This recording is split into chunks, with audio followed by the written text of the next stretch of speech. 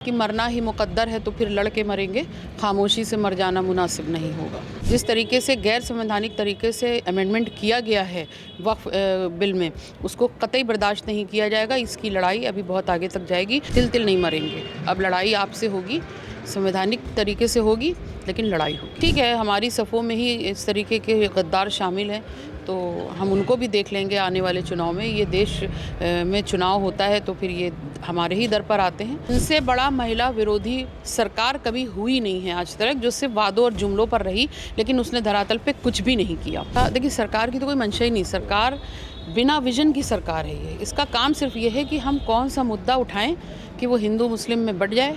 लाख पहरे बैठा लो शहर के दरवाज़ों पर, इनकलाब आने को आता होता है तो आ जाता है। संसद में वक्फ बिल पास होने के बाद भी हंगामा जारी है। विपक्ष सदन से लेकर के सड़क तक बवाल कर रहा है। Uttar Pradesh police alert mode पर है और जिसकी बानगी लखनऊ में भी देखी जा सकती है। सपा प्रवक्ता सुमैया राणा को हाउस अरेस्ट कर लिया गया है। पुलिस हमारे पीछे आप देख सकते हैं, उनके पीछे है और सुमैया राणा जी हमारे साथ बात करने के लिए मौजूद हैं। जा रहे थे कहीं यहाँ प्रोटेस्ट करने के लिए? देखिए, जिस वक्त सदन में, दोनों सदनों में ये बात रखी जा रही थी, उसी वक्त से हम लोगों ने ये तय कर लिया था और ये दिशा निर्देश हमको लोगों को all India Muslim personal law board से मिले थे कि हम अपने हक़ की लड़ाई संवैधानिक प्रक्रिया के तहत हम उसको अंजाम देंगे। और क्योंकि ये फ्राइडे, लास्ट ईयर भी इन्होंने फ्राइडे ज़्यादा अलर्ट मोड पे रहे और इन्होंने हाउस अरेस्ट किया था, तो कल रात से ये यहाँ पर मौजूद हैं ये लोग। और मुझे जो है परेशान करने की कोशिश की जा रही है, लेकिन मैं आपको, आप लोगों के चैनल के माध्यम से मैं ये बात कह देना चाहती हूँ कि ये देश संविधान से चलेगा, चलता आया है और संविधान से चलेगा। जिस तरीके से गैर संवैधानिक तरीके से अमेंडमेंट किया गया है वक्फ बिल में, उसको कतई बर्दाश्त नहीं किया जाएगा। इसकी लड़ाई अभी बहुत आगे तक जाएगी और हमें पूरी उम्मीद है इस देश की न्यायपालिका से, सर्वोच्च न्यायालय से, कि हमें इसमें अब की बार इंसाफ मिलेगा।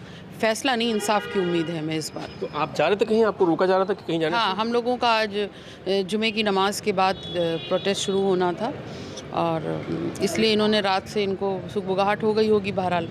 लेकिन मैं ये कह देना चाहती हूँ कि मरना ही मुकद्दर है तो फिर लड़के मरेंगे, खामोशी से मर जाना मुनासिब नहीं होगा। तिल तिल नहीं मरेंगे। अब लड़ाई आपसे होगी, संवैधानिक तरीके से होगी, लेकिन लड़ाई होगी। राज्यसभा में और लोकसभा में दोनों जगह बिल पास हो गया है। विपक्ष हंगामा कर रहा है, लेकिन उसके बावजूद अब पास हो गया है। तो अब देखिए, ये तो बात पुरानी कहावत है, सुनते आए हैं बचपन से कि जिसकी लाठी उसी की भैंस। जाहिर सी बात है, ये तादाद में थे इनके एमपीज़ और इन्होंने उसको पास करा लिया। मुझे अफसोस उन नाम नेहाद दलों से है जो मुसलमानों के वोट भर भर के लेते रहे हैं। आपको भी मालूम है वो 4-5 नाम हैं बड़े, और उनकी वजह से ये धोखा हुआ है। और ठीक है, हमारी सफ़ों में ही इस तरीके के गद्दार शामिल हैं, तो हम उनको भी देख लेंगे आने वाले चुनाव में। ये देश में चुनाव होता है तो फिर ये हमारे ही दर पर आते हैं।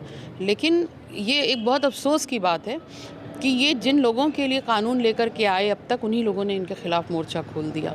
आप देख लीजिए, ये 3 तलाक की बात करते रहे। 1.5 करोड़ से ज़्यादा उत्तर प्रदेश में महिलाओं ने सिग्नेचर कैंपेन चला के उस बिल का विरोध किया था। ये कहेंगे हमने बिल पास करा लिया, वो ज़ोर ज़बरदस्ती से आप करा लें वो अलग बात है, लेकिन मान्य कहीं नहीं है और उसका कोई फ़ायदा भी कहीं नहीं है। दूसरे नंबर पे आ जाइए, फिर ये CA NRC लेकर के आए। आज NRC अगर ये लागू नहीं कर पा रहे हैं, उसकी सबसे बड़ी वजह ये है कि पूरा देशव्यापी आंदोलन हुआ था और वही आंदोलन होने जा रहा है। मैं आपको बता दूं, वही आंदोलन होगा, उतनी ही मजबूती से होगा, उतनी ही ताकत से होगा। हम इस बिल को कतई भी हम मंजूर नहीं कर सकते। लेकिन सरकार कह रही है इसमें महिलाओं का लाभ होगा, तो फिर भी उसके बाद विरोध किया जा रहा है। मुस्लिम समाज का वो लोग हैं जिनको हक नहीं मिल रहा था, उनको हक मिलेगा इससे। ये एक बहुत बेवकूफ़ी बनाने वाली बात है। आप ये बताइए कि आपके घर की चाबी मेरे पास रहे, आपके घर की निगरानी मेरे पास रहे, आपके घर के पेपर मेरे पास रहे और उसके बाद हम आपसे कहें जाइए आप बहुत आराम से अपने घर में रहिए, ये आपका है। ऐसे नहीं होता है। जहाँ तक महिलाओं की बात कर रहे हैं, इनसे बड़ा महिला विरोधी सरकार कभी हुई नहीं है आज तक, जो सिर्फ वादों और जुमलों पर रही, लेकिन उसने धरातल पे कुछ भी नहीं किया। जिस वक्त ये महिलाओं की बात कर रहे हैं, 2 महिला मेंबर्स बनाएंगे ये। इस वक्त उत्तर प्रदेश की अगर बात कर लें खाली, तो शिया सुन्नी सेंट्रल वक्फ बोर्ड में तमाम ऐसी अर्जियां पड़ी हुई हैं जिसमें सुप्रीम कोर्ट के वर्डिक्ट के बाद तमाम तलाकशुदा महिलाओं ने गुजारा भत्ते के लिए आवेदन किया था। वक्फ बोर्ड ये कहता है हमारे पास पैसा नहीं है तनख्वाहें देने का, हम कहाँ से उनको गुजारा भत्ता देंगे। आपने उधर दिमाग नहीं लगाया। वो महिलाएं जो पीड़ित प्रताड़ित थीं उनको आप गुजारा भत्ता देने की बात करते, वो कहाँ से आता पैसा? वो आता इस तरीके से जो बड़ी बड़ी इमारतें, सरकारी बिल्डिंगें जो हैं वक़्फ़ की संपत्तियों पर बनी हुई हैं, जो 200-300 रुपये आज तक किराया जिनका जा रहा है, उनके किराए को रिवाइज़ करना चाहिए था। रिवाइज़ करके जब वो पैसा आता वक्फ बोर्ड के पास तो कि उनकी तनख्वाहें भी अच्छे से जाती और गुजारा भत्ता भी आराम से मिल जाता। ये तो बात समझ में आ रही थी। लेकिन आप जिस तरीके, और देखिए गृह मंत्री जी सदन में खड़े होकर कोई और बात करते हैं और पेपर में जो चीज़ें हैं वो बिल्कुल अलग हैं उनसे। तो कुल मिलाकर के इस सरकार की मंशा क्या है? सरकार की मंशा, देखिए सरकार की तो कोई मंशा ही नहीं, सरकार बिना विजन की सरकार है ये। इसका काम सिर्फ ये है कि हम कौन सा मुद्दा उठाएं कि वो हिंदू मुस्लिम में बढ़ जाए और उसके बाद हम अपनी गद्दी को साधे रखें या हम अपनी गद्दी बना लें, बस इतना उनका काम है। इन्होंने स्टेप बाय स्टेप बहुत सारी रणनीतियाँ तय कर रखी हैं कि ये फेल हो जाएगा। जैसे मिसाल के तौर पे मैं आपको देती हूँ, जब रमज़ान शुरू हुआ तो इन्होंने होली वाले मैटर पे बात करनी शुरू कर दी कि होली त्यौहार है और उसमें नमाज ऐसे नहीं होगी। उस वक्त में इस देश की गंगा जमनी तहज़ीब की जो विरासत है पूरी दुनिया में जो मानी जाती है, उन्होंने अपना मुज़ाहरा दिखाया। होली आराम से शांतिपूर्वक हो गई, अलविदा जुमा आराम से हो गया और ईद पर तो क़यामत हो गई। ईद पर तो जब हमने देखा कि तिलकधारी भगवाधारी ड्रेस पहने हुए हमारे हिंदू भाई नमाजियों पर फूल बरसा रहे हैं, उस वक्त इनकी सबसे बड़ी हार थी।